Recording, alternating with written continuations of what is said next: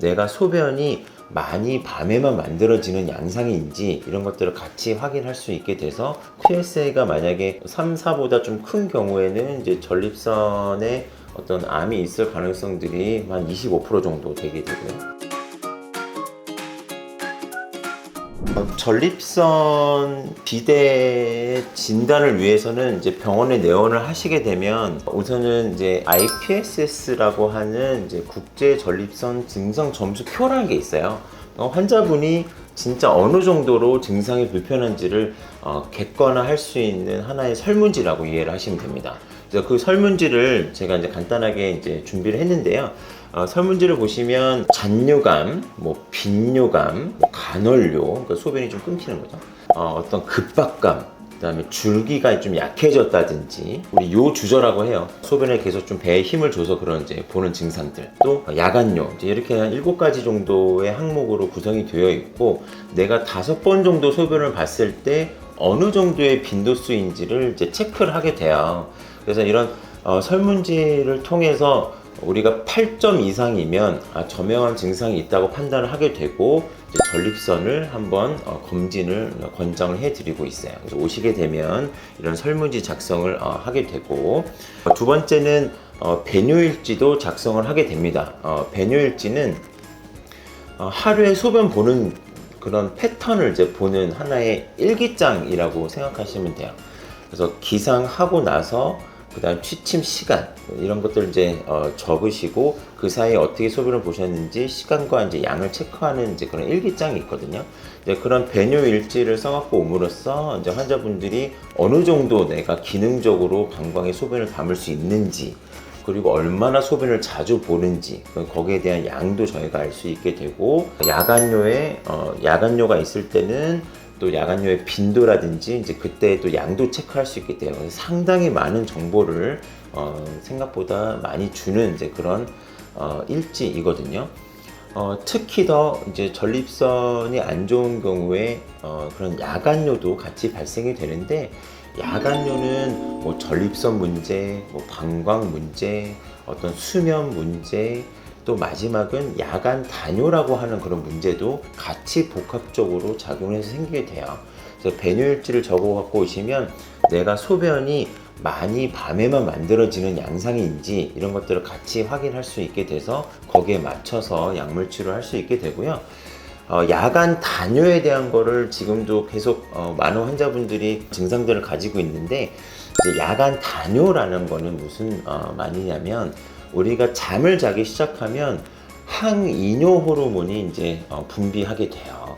우리가 소변이 안 만들어져야 우리가 잠을 푹 주무시겠죠. 그래서 그런 항이뇨 호르몬이라는 호르몬이 분비가 되는데, 연세가 드시면서 그런 항이뇨 호르몬의 분비 능력이 좀 떨어지게 됩니다. 그러니까 낮에는 괜찮은데 내가 밤에만 유난히 깬다. 낮에는 괜찮은데 밤에만 계속 야간뇨 때문에 고생하시는 경우들도 있거든요. 물론 전립선 문제도 같이 복합적으로 작용을 하게 되지만 야간 다뇨에 대한 부분도 꼭 확인을 하셔야 되기 때문에 배뇨일지는 상당히 중요한 하나의 일지가 되겠습니다. 세 번째는 이제 기본적으로 소변 검사 해봐야 되겠죠. 소변 검사는 염증이 있는지, 혈뇨가 있는지, 소변에 대한 증상을 살펴봐야 되기 때문에 소변 검사는 당연히 시행이 되어야 되는 거고, 그거와 더불어 요속 검사랑 잔뇨랑 체크를 하게 돼요. 이제 좀 정상적인 하나의 이제 그래프를 가져왔는데요. 이제 사진 보시는 것 같이 우리가 기계에다가 이제 소변을 보게 되고 패턴을 보게 됩니다. 어떻게 소변이 나오는지, 어떤 요류 하나 이제 플로우를 보게 되고, 줄기는 어떤지, 어떤 속도는 어떤지, 그때 본 양은 어떤지, 이제 이런 걸 그래프와 통해서 이분이 전립선 문제가 있는지, 또 방광에 문제가 있는지 이런 것들을 가늠할 수가 있거든요. 그래서 요속 검사랑 잔뇨량 측정은 상당히 이제 중요하게 됩니다. 특히 더 이제 병원에 오시면 내원하셨을 때 어떤 잔뇨도 측정을 하실 수도 있는 거고, 그다음에 소변을 보고 난 다음에 이제 잔뇨도 이제 측정을 할 수가 있거든요. 이제 진료 보시는 선생님이 이제 결정을 하는 부분들인데요. 이제 그런 잔뇨를 측정을 하게 되는 이유가 상당히 중요합니다. 우선 배뇨를 하고 나서 내가 잔뇨가 남는지 안 남는지 상당히 중요하고요.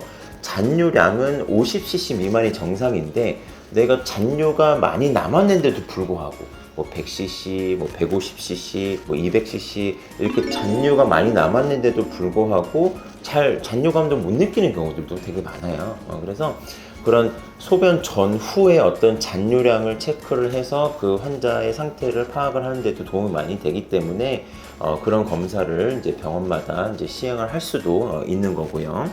네 번째는 혈액 검사를 하게 됩니다. 혈액 검사는 이제 그 환자분의 기본적인 어떤 뭐 간 수치, 홈박 기능 이런 거를 보기 위해서 하는 것도 있지만 이제 PSA라고 하는 이제 전립선 특이 항원이라고 하는 특정적인 피 검사를 이제 시행을 하게 돼요. PSA는 이제 간단하게 말씀을 드리면 우리 전립선을 싸고 있는 그런 이제 상피세포들이 있죠. 이제 그런 구성하고 있는 그런 상피세포의 어떤 효소라고 생각을 하시면 되고, 뭐 정액을 액화시키고 이런 데 이제 도움을 주는 그런 효소가 되겠고, 전립선 자체에 문제가 있게 되면 PSA들이 아무래도 혈중으로 누출이 되겠죠. PSA의 레벨을 통해서 전립선의 암이라든지 이제 이런 것들을 이제 평가를 할 수 있게 돼요. 그래서 PSA 자체가 상당히 이제 중요한 검사가 되겠고, PSA가 정상보다 높아져 있는 경우, 이제 대부분 이제 3 미만으로 보고 있고요. PSA가 만약에 3, 4보다 좀 큰 경우에는 이제 전립선에 어떤 암이 있을 가능성들이 한 25% 정도 되게 되고요. 그 10 이상이 된 경우에는 뭐 40%, 50% 이상인 경우들이 있게 돼요. 또 심지어는 PSA가 이 절대값 자체가 아주 중요하진 않아요. 그러니까 이게 PSA가 정상이어도 문제가 있는 경우들이 있어요. 그래서 우리가 PSA가 3, 4 미만이어도 사실 전립선 암이 발견되는 경우들이 한 10% 미만으로 이제 보고가 되고 있거든요. 그래서 그런 PSA 수치도 확인을 이제 하시게 됩니다. 다섯 번째는 우리가 전립선의 어떤 상태를 보기 위해서는 아주 필수적인 전립선 초음파를 봐야 돼요. 경직장 전립선 초음파라고 하게 되고요. 우리가 초음파를 항문 통해서 이렇게 초음파 프로브를 집어넣어서 이제 전립선의 상태를 이제 보게 됩니다. 그래서 그런 초음파를 봄으로써 전립선의 모양이라든지 뭐 크기라든지 그다음 전립선의 총 부피와 어떤 전립선 비대 조직의 비율이라든지 뭐 이런 것들을 이제 보게 돼요. 그래서 거기에 맞춰서 이제 또 치료를 이제 시작을 하게 되고, 그렇게 초음파를 보면 동시에 이제 저는 직장 수지 검사라고 해요. 우리가 항문에다가 제가 손가락을 집어넣어서 이제 전립선을 이제 만져보는 이제 하나의 이제 그런 신체 검진도 같이 하게 됩니다. 이제 그런 걸 하게 되는 이유는 뭐 전립선 비대만 우리가 보는 건 아니기 때문에 혹시 이 환자분께서 지금 전립선 비대나 또 동반되어 있는 어떤 이제 전립선 암이 의심이 되는 그런 소견들이 있는지를 같이 보게 되는 하나의 중요한 이제 신체 검진이 되겠고요. 마지막은 이제 방광 내시경입니다. 자, 이제 방광 내시경은 무조건 보는 것은 아니에요. 이제 전립선에 문제가 있다고 해서 바로 뭐 방광 내시경을 보거나 그렇지는 않고, 방광 내시경을 봐야 되는 경우에는 뭐 요폐가 있거나 아니면 내가 약물 치료를 했는데도 불구하고 어떤 약물의 수능도가 치료 효과가 떨어지는 경우들이 있어요. 이제 그렇게 되면은 사실 이제 수술적인 치료를 이제 생각을 하게 되거든요.